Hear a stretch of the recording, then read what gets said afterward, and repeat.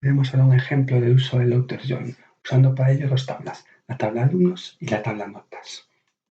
Empezaremos viendo un ejemplo de left join de la tabla notas sobre la tabla alumnos. Como es un left join, en la tabla que nos tenemos que fijar para empezar es la tabla que está presente a la izquierda, es decir, en la tabla notas.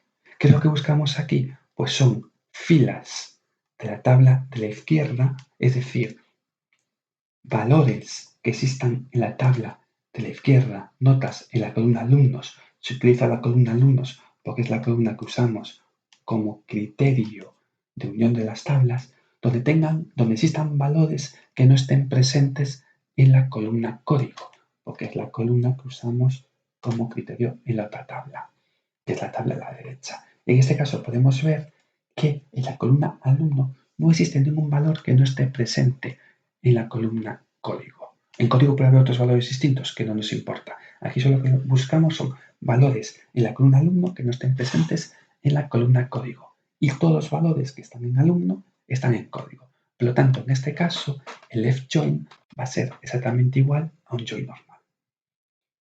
Veremos ahora el ejemplo del right join, es decir, filas es un join normal más las filas de la tabla de la derecha, es decir, de alumnos que no tengan correspondencia en la tabla de la izquierda. La tabla de la derecha es alumnos y la columna que nos sirve para establecer el criterio de unión es código. Y la tabla de la izquierda, en este caso, es notas. Y la columna, igual que en el ejemplo anterior, es alumno. Pues ahora tenemos que buscar filas en la tabla alumnos que no tengan correspondencia, es decir, que exista un valor en la tabla, en la columna código, que no exista en la columna nombre, en la columna alumno, perdón. En este caso, vemos que el valor 5 que está presente en la columna código no está presente en alumnos, es decir, ese valor 5 se va a añadir al resultado. Es decir, un right join en este caso es el join normal más esa fila con un valor 5 en la columna código que no existe en la otra tabla. ¿Y con qué valores se añade? Pues en las columnas que hacen referencia o que vienen, que proceden de la columna alumnos, van a tener sus valores de la tabla de la derecha. Pero en cambio, los valores que provienen de la tabla de la izquierda, como no tienen correspondencia, desconocemos cuál pueden ser. Por lo tanto, se establecen a un valor nulo.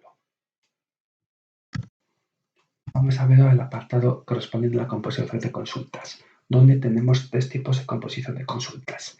La unión de consultas, que utiliza la prueba reservada union, que lo que representa es la unión de las dos o más sentencias select que participen en la unión, sumando todas las filas del resultado. Cada resultado individual se suma en un único resultado global. La intersección lo que hace es solo nos mostraría las filas comunes a todas las sentencias select que participen en la intersección, mientras que la diferencia nos mostraría las filas de la primera sentencia select que no aparecen en el resto de sentencias select. Es decir, es las filas de la primera sentencia menos las filas del resto de las sentencias. Hay que tener en cuenta que cada select individual que participe en la unión, intersección y diferencia tiene que producir cada select individual el mismo número de columnas con tipos de datos compatibles y los nombres de las columnas del resultado final se toman del primer select que participe en la composición. Tenemos ahora un ejemplo de unión de consultas. Partiremos de dos sentencias select, una que nos permite obtener el nombre a partir de la tabla asignaturas y otra que nos permite obtener los apellidos a partir de la tabla alumnos. La unión de consultas sería la primera sentencia, unión la segunda sentencia, y podemos establecer una ordenación global al final de la misma. El resultado producido sería la suma de las filas individuales producidas por cada una de las sentencias, siendo el nombre de la columna producida el nombre de la columna que aparece en la primera sentencia select que participa en la unión.